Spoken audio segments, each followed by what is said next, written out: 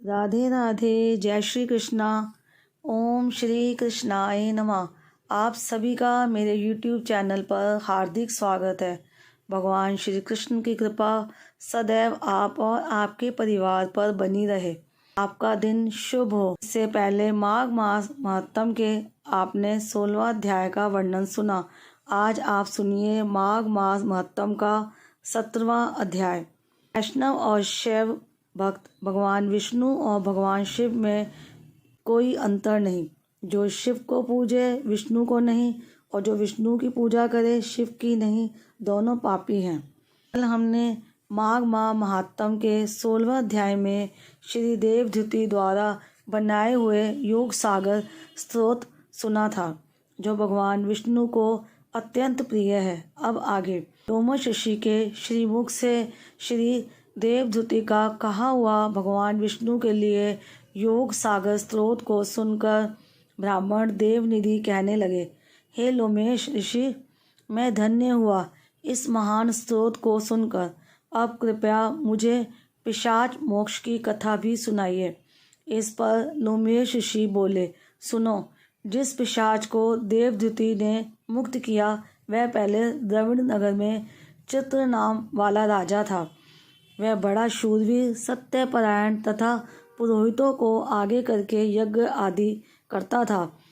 दक्षिण दिशा में उसका राज्य था और उसके कोष धन से भरे हुए थे। उसके पास बहुत से हाथी, घोड़े और रथ थे और वह अत्यंत शोभा को प्राप्त था। बहुत सी स्त्रियों के साथ क्रीड़ा करता था और अनेक यज्ञ उसने किए थे। वह नित्य अतिथियों की पूजा करता था और शस्त्र विद्या में निपुण था। ब्रह्मा, विष्णु, महेश तथा सूर्य की पूजा सदैव किया करता था। वह जंगल में भी स्त्रियों से घिरा हुआ क्रीड़ा किया करता था।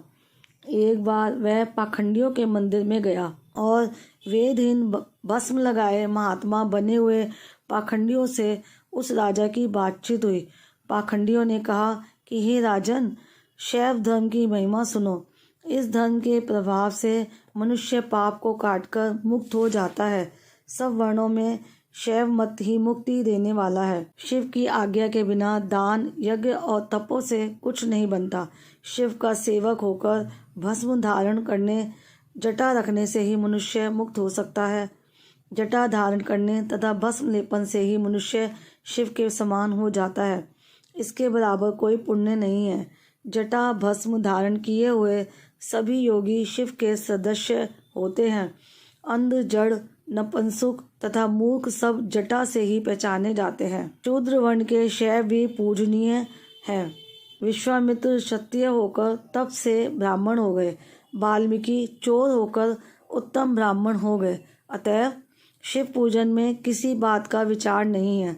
तप से ही ब्रह्मत्व प्राप्त होता है, जन्म से नहीं।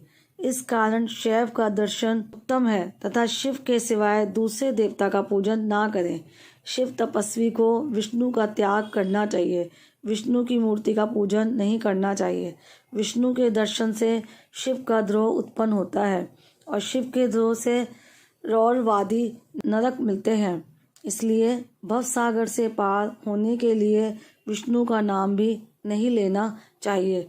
शिव भक्त होकर जो शिव से प्रेम करता है वह कैलाश में वास करता है, इसमें कुछ संदेह नहीं। इस धर्म का पालन करने वालों का कभी नाश नहीं होता। उस पाखंडी के ऐसे वचन सुनकर राजा ने मोह में आकर उनका धर्म ग्रहण कर लिया और वैदिक धर्म को त्याग दिया। वह श्रुति, स्मृति और ब्राह्मणों की निंदा करने लगा।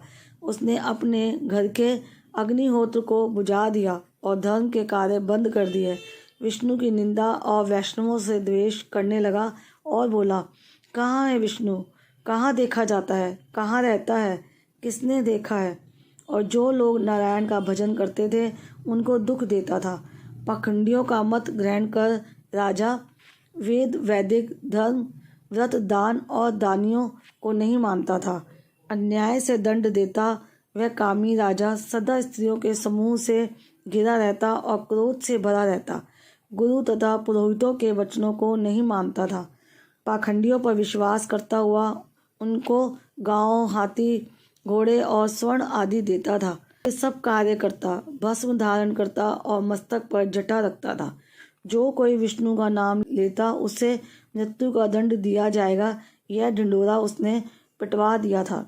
उसके भय से ब्राह्मणों तथा वैष्णवों ने उस देश को छोड़ दिया और दूसरे देश चले गए। सारे देशवासी केवल नदी के जल से जीते थे। जीविका से दुखी होकर वृक्ष आदि नहीं लगाते थे, ना ही खेती बाड़ी करते थे। प्रजा अन्न के अभाव से गला सड़ा अन्न भी खा लेती थी। आचार विचार अग्नि क्रिया सबको छोड़कर काल रूप की तरह वह राजा शासन करता था। कुछ काल पश्चात उस राजा की मृत्यु हो गई और वैदिक रीति से उसकी क्रिया भी नहीं की गई। वह यमदूतों से अनेक प्रकार के दुख उठाता रहा। कहीं लोहे की कीलों पर से चलना पड़ा, कहीं जलते हुए अंगारों पर चलना पड़ा, जहाँ सूर्य अति तीव्र था और ना कोई छाया का वृक्ष था। कहीं लोहे के डंडों से पीटा गया, कहीं बड़े बड़े दांतों वाले भेड़िए और कुत्तों से काटा गया। इस प्रकार दूसरे पापियों का हाहाकार सुनता हुआ वह राजा यमलोक में पहुंचा। वह राजा पहले तो तामिश्र नामी नरक में गया, फिर अंध तामिश्र नरक में, जहाँ पर अति दुखों को प्राप्त हुआ। फिर महारौरव, फिर कालसूत्र नामी महानरक में गया, फिर मूर्छा को प्राप्त हो गया। मूर्छा से चेतना आने पर तापन और संप्रातापन नाम के नरक में गया। अनेक दुखों को भोगता हुआ वह प्रताप नाम के नरक में गया।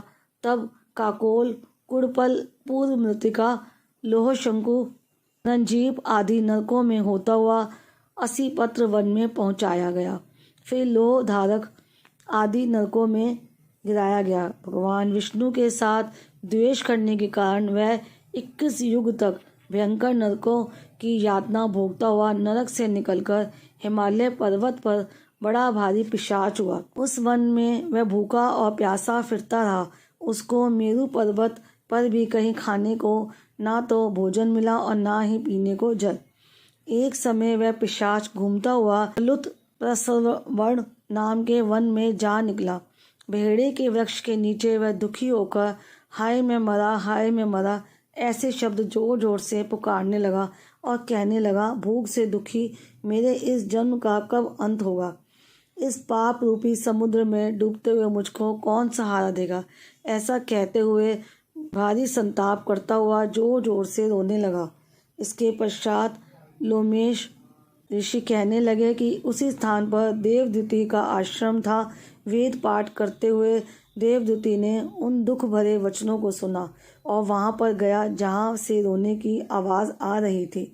वहां पर उसने एक पिशाच को देखा जिसकी लाल डरावनी आंखें, दुर्बल शरीर, काले काले ऊपर खड़े बाल, विकराल चेहरा, काला शरीर, लंबी सी जीभ बाहर निकली हुई, लंबे होठ, लंबी जांघें, लंबे लंबे पैर, सूखा चेहरा, आंखों में पड़े गड्ढे वाले पिशाच को देखकर देवदूति ने उससे पूछा कि तुम कौन हो और ऐसी करुणा से क्यों रोते हो।